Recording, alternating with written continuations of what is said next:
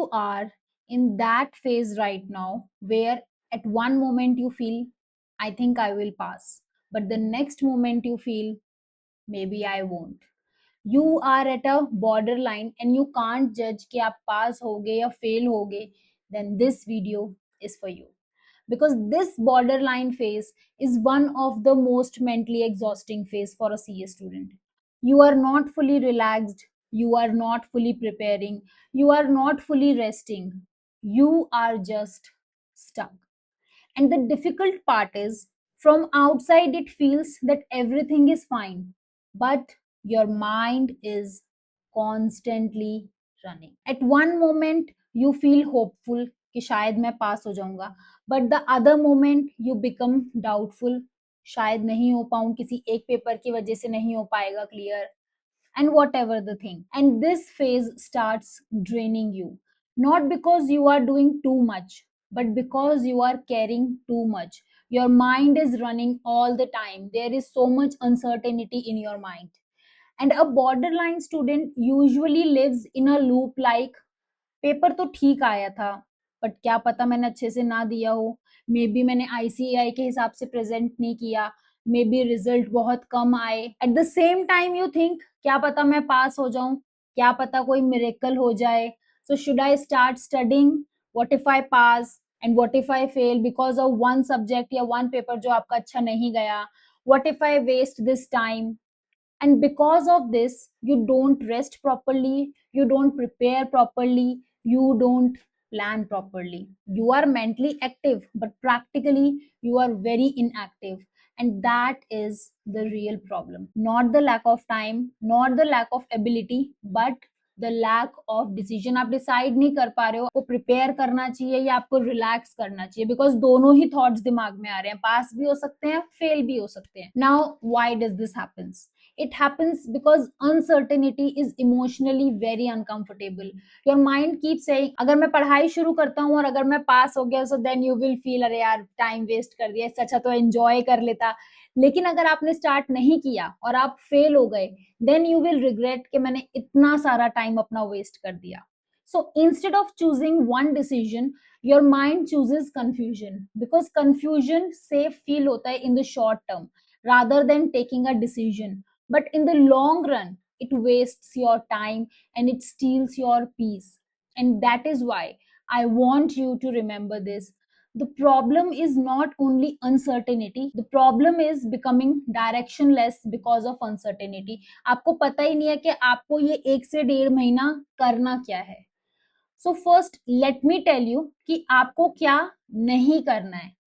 आपको रोज अपना पेपर, रोज अपना रिजल्ट असेस नहीं करना है. आज आपको लग रहा है कि आप पास हो जाओगे, फिर आप कल दोबारा से चेक करते हो तो आपको लगता है नहीं आप फेल हो जाओगे. So that is not clarity, this is the emotional fluctuation. एक दिन आपको होपफुल लगता है, एक दिन आपको डाउटफुल लगता है. So don't discuss paper with everyone. Also don't sit completely idle. ऐसा नहीं है कि अब आप कुछ भी नहीं कर रहे हो and you feel that you are patient कि जब रिजल्ट आएगा तब देखेंगे, but that is not patient, that is the fear dressed up as patience. अंदर से आपको डर लग रहा है, आपको डाउटफुल लग रहा है, बट सामने से आप दिखा रहे हो कि जब रिजल्ट आएगा तब देखेंगे. And to reduce that guilt you start studying randomly, जो आपको नहीं करना है. सो फिर एग्जैक्टली करना क्या है? So what you have to do is very simple. Stop asking all day, what if I fail, what if I pass, क्या मैं पास होऊंगा या फेल होऊंगा. Instead of this, ask what is the wisest way to use this time. मैं अभी इस time का अपना बेस्ट यूज कैसे कर सकता हूँ. Given that I am uncertain, मुझे नहीं पता कि मैं पास होऊंगा या फेल होऊंगा, बट स्टिल मैं अभी जो मेरे पास टाइम है, मैं इसका बेस्ट यूज कैसे कर सकता हूँ. फॉर दैट एक बार असेस करो शांत दिमाग से कि आपका पेपर कैसा गया. कंसेप्ट्स ठीक लिख गए थे, प्रेजेंटेशन ठीक थी, पूरा पेपर अटेंड किया था, कौन सा पेपर आपको लगता है अच्छा गया था, कौन सा सब्जेक्ट आपको ऐसा लगता है कि नहीं ये अच्छा नहीं गया था, where did you genuinely feel weak, and that is enough. Identify के कहाँ पे आपको लगा कि मुझे यहाँ पे प्रॉब्लम लगी थी पेपर में.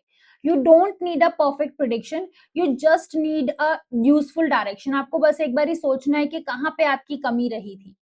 And then start with that side. जहां पे भी आपको वीक लगा, आपको कहीं लगा कि यार मेरे इस सब्जेक्ट में ना इस कंसेप्ट पे क्वेश्चन आया था पर मैं ये सॉल्व नहीं कर पाया था, स्टार्ट विद दैट। या कोई पेपर आप पूरा अच्छे से नहीं कर पाए थे because of time management, start with that. If you are truly border line, 50-50% chances हैं, so do not behave like that I will definitely fail, or do not behave like that you will definitely pass. Take a middle path. Pick the weaker subject जिसमें सबसे ज्यादा कमी लग रही थी आपको, start with that subject and pick what's need practice. Because अगर result अच्छा नहीं आता है तब भी जब आप अपने वीकर एरिया पे काम करते हो वो कभी भी वेस्ट नहीं जाता है। So keep this thing in mind कि अगर मैं पास भी होता हूँ या फेल भी होता हूँ, मैं अपनी वीकनेसेस पे काम कर रहा हूँ और इन पे काम करने से मेरा टाइम कभी भी वेस्ट नहीं माना जाएगा। आपको ना कभी रिग्रेट फील होगा ना फुलिश फील होगा। Now some students will say मुझे जेन्युइनली नहीं पता कि मैं पास होऊंगा या फेल होऊंगा, कभी मुझे लगता है कि मैं पास होऊंगा, कभी मुझे लगता है कि मैं फेल होऊंगा। And yes, that is also real. Sometimes we are not unable to assess our self because result भी कभी कभी बहुत अनप्रिडिक्टेबल आ जाता है, and I completely agree with that. So if that is you, do not take any extreme decision, take a balanced decision. That means don't become passive, don't start random full preparation strategy कि आप बिल्कुल एकदम pressure से पढ़ना, burden से पढ़ना शुरू कर दिया है आपने। इंस्टेड रीस्टार्ट योर रूटीन, आप फिर से रूटीन में आना शुरू करो, जो आपके वीक टॉपिक्स हैं उन्हें पढ़ना शुरू करो, एक मोमेंटम बिल्ड करना शुरू करो and start mentally in motion. पहले आप हैबिट बनाना शुरू करो फिर से, ठीक है? Because the truth is you do not need any perfect clarity, और वो हो भी नहीं सकती है हमारे पास। बस आपको अपने आप को इतना तैयार करना है कि आप इस टाइम को अच्छे से यूज कर सको। You just need that enough clarity, ताकि आपके पास जो ये 1-1.5 महीने का टाइम है आप इसको वेस्ट ना करो। And this is the one line which I want you to remember, I may be uncertain. ऐसा हो सकता है कि मैं अभी अनसर्टेन हूं, but I do not have to be directionless, बट मुझे डायरेक्शनलेस नहीं बनना। Again, I may be uncertain but I don't have to be directionless.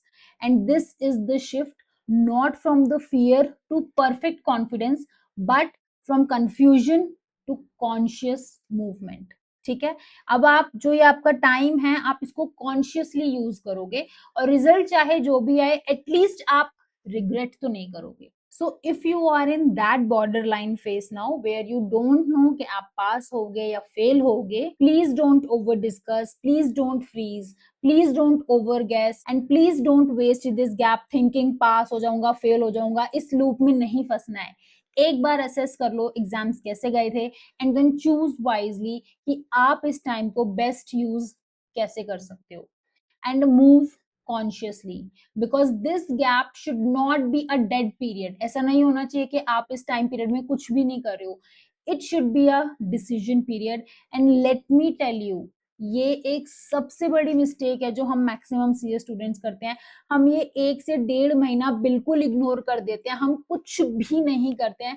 तो आपको ये गलती नहीं करनी है। And at last, if you find some clarity, अगर आपको थोड़ा भी समझ में आया है ना कि आपको कैसे इस टाइम को यूज करना है, then like the video, share with your other friends जिन्होंने अभी मई 26 के पेपर दिए हैं, ताकि वो लोग भी अपना टाइम वेस्ट ना करें। And share in the comment section how will you use this time. Okay, take care, bye bye.